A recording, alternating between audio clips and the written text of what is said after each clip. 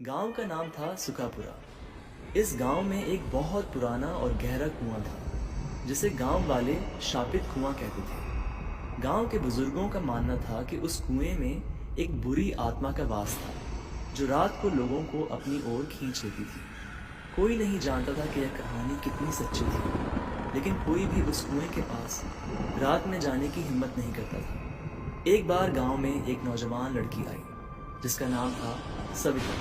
उसने इन कहानियों को गांव की पुरानी और बेमतलब की मान्यताओं का हिस्सा माना। सविता जिज्ञासु स्वभाव की थी और उसे हर रहस्य का सच जानने की बहुत इच्छा थी। उसने गांव वालों की चेतावनी को अनसुना कर दिया और एक रात 12 बजे उस कुएं के पास जाने का निश्चय किया। उस रात का चांद पूरा था और गांव में अजीब सा सन्नाटा छाया हुआ। सविता ने एक मशाल जलाई और धीरे धीरे उस कुएं की ओर बढ़ने लगी।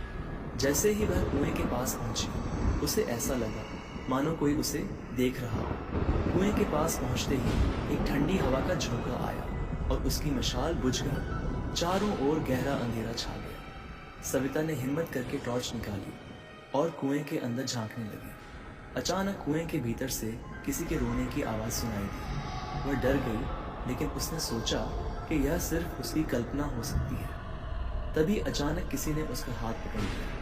उसने घबराकर टॉर्च की रोशनी में देखा, लेकिन वहां कोई नहीं था। उसकी धड़कन तेज हो गई और उसने पीछे हटने की कोशिश की, लेकिन उसके पैर जैसे जमीन से चिपक गए थे। तभी कुएं के अंदर से एक सफेद साया धीरे धीरे ऊपर उठने लगा। सविता का गला सूख गया। वह चीखना चाहती थी, लेकिन आवाज नहीं निकल पाई।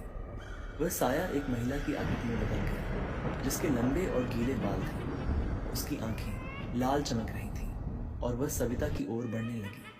सविता ने अपनी पूरी ताकत लगाकर दौड़ने की कोशिश की, लेकिन उसका शरीर हिल नहीं रहा था। तभी वह आत्मा सविता के सामने आकर ठहर गई और धीरे धीरे उसके कान में फुसफुसाने लगी।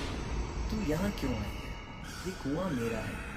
सविता का शरीर कांपने लगा और उसने जोर से आंखें बंद कर ली।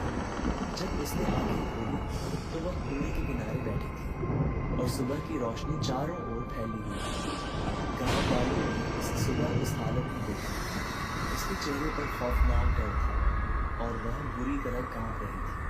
उसने किसी को कुछ नहीं बताया, लेकिन उसके बाल एक रात में पूरी तरह सफेद हो गए। उसने गांव छोड़ दिया और फिर कभी वापस नहीं आया।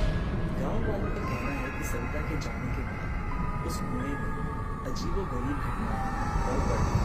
लोग कहते हैं कि अब उस कुएं में सिर्फ पानी नहीं है, बल्कि सविता की आत्मा और ऐसी कोई भी चीज़ नहीं हो सकती है।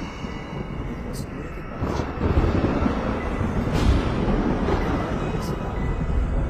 सविता की जिज्ञासा इसने उसे एक ऐसे रहस्य में फंसा दिया जिससे वह कभी वापस नहीं आ सका।